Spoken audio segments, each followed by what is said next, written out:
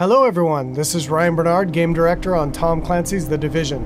And today we're very excited to give you this exclusive walkthrough where we're going to follow a team of 3 players as they move through the Dark Zone. So here we have our group of 3 agents, Ryan, Megan, and Bronson, and we're going to be following them as they enter this very dangerous area in search of some awesome loot. Ryan is set up as the healer for the group, so he's got support skills loaded with Pulse and Healing Grenade. Megan is DPS, so she's got the Seeker Mine and Sticky Bomb loaded up. And Bronson's going to be taking the brunt of the punishment, so he's got Pulse as well and the turret, so he can keep the attention of the enemies during firefights.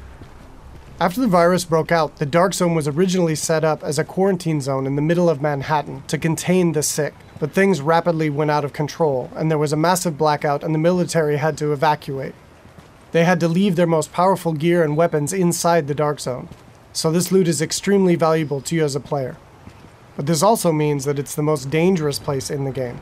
This loot attracts a lot of attention, including other real players. The Dark Zone is a multiplayer gameplay space in our world, which you can seamlessly enter without any loading screens. Outside of the Dark Zone, you can play in teams of up to 4, but once inside, you can decide to collaborate with other agents or betray them, kill them, and take their loot. As we climb the wall to enter, you can see the UI starts to cut out, because once inside the Dark Zone, we lose our connection to the outside world. And this area is highly contaminated, so we can see the players put on their masks to protect themselves from the virus, and then they're set to go.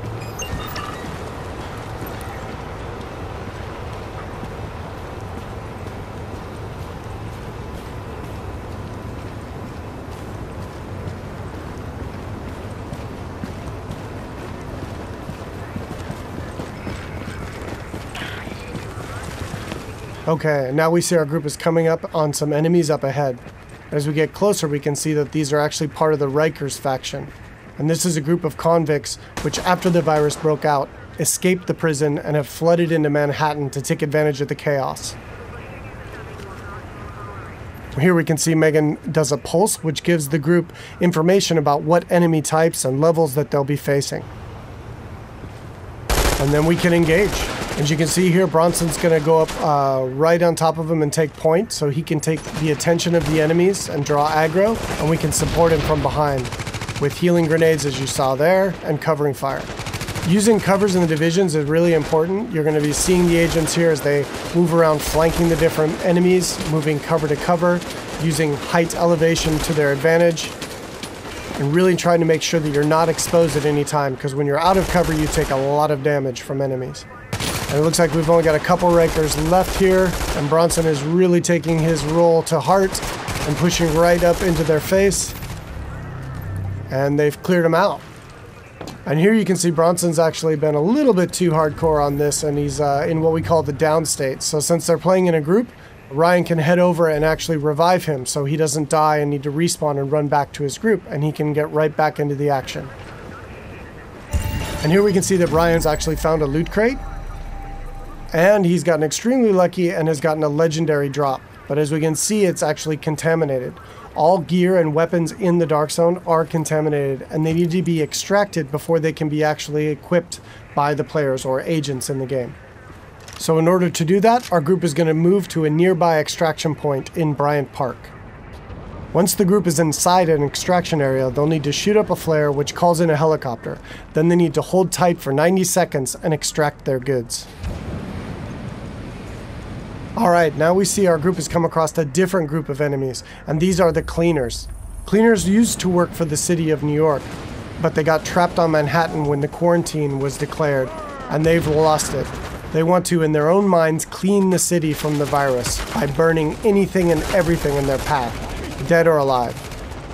And this group of Cleaners is actually a tougher group of what we call elites in the game. They have much higher health pools and much higher damage output. So our group here is going to really have to work together using their weapons and skills to take them out. Of course, they drop much better loot and give a lot higher experience. We got Ryan seems to have moved up to a kind of a bad cover position here. He's taking damage from the right, and he's got a grenade coming in and he needs to move, and he's too slow.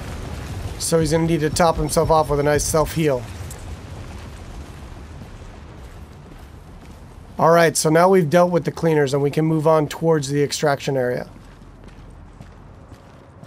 But it looks like our group is not alone, and another group of players is in the same extraction area.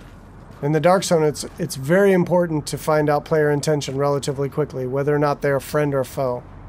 But it looks like these two are not interested in engaging, so our group's going to continue on and try to get that legendary weapon out. Extraction detected. Proceed with caution. Another team of agents has actually started an extraction, and our group is going to move to investigate.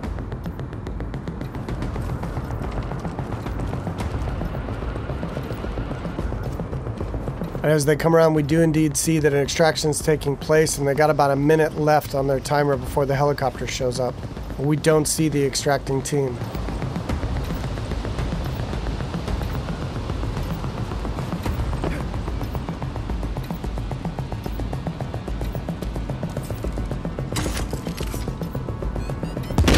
Oh, here we see that the extracting team actually got the jump on our group, and Bronson's been quickly down, and since they engaged on us, they have now been flagged as rogue, which puts a big bounty on their back for a certain period of time.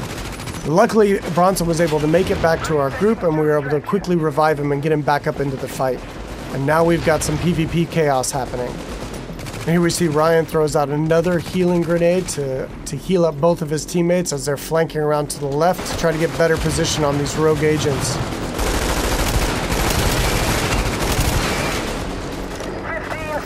Alright, we see Megan's going to throw out another pulse, which really gives us good positioning on their locations. And here we can see another downside to going rogue in the dark zone. They have attracted another group of players, which is helping us take down this rogue group. And there we go. And of course, when you die in the dark zone, you drop any contaminated gear that you're currently carrying. It looks like the two groups now can divvy up the goods that they got from this rogue group. It looks like they've decided to just take out the new players and take all of the loot for themselves.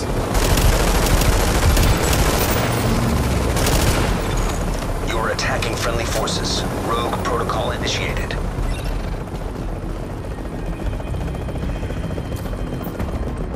So now in order to secure this loot, to make sure it's theirs, they need to complete an extraction.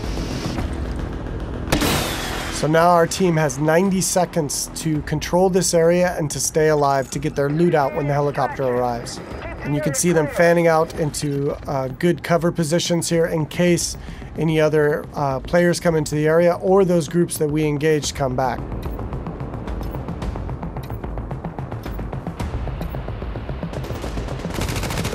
Which it looks like indeed they do. But now we're set up in really good positions here to be able to take them out. Bronson and Megan are laying down damage from the front line, and Ryan is supporting from behind. And again, it's really important in the game to make sure that you're always in cover whenever possible, and that you're not being flanked by any enemies. Here we see Ryan tossing a healing grenade as he runs past Bronson there. And they're going to focus on these two players here. 30 seconds to extraction. Straight in front of them. Now they got 30 seconds left to stay alive and control the area.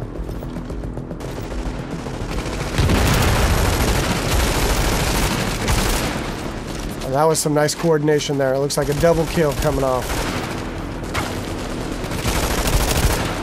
Alright, and they dealt with the other group yet again. And now the helicopters arrived, so they were able to survive and be able to get their loot out. And they'll head back to their base of operations.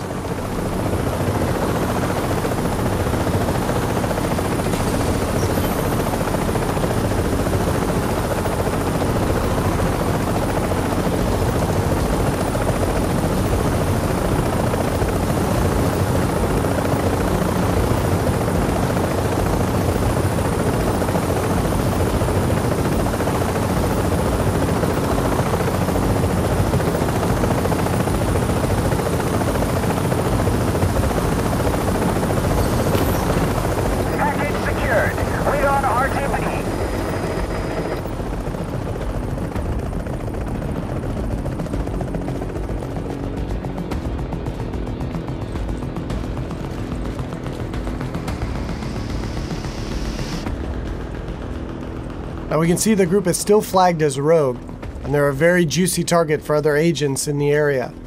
So they really should leave this area quickly and decide where to head out to next.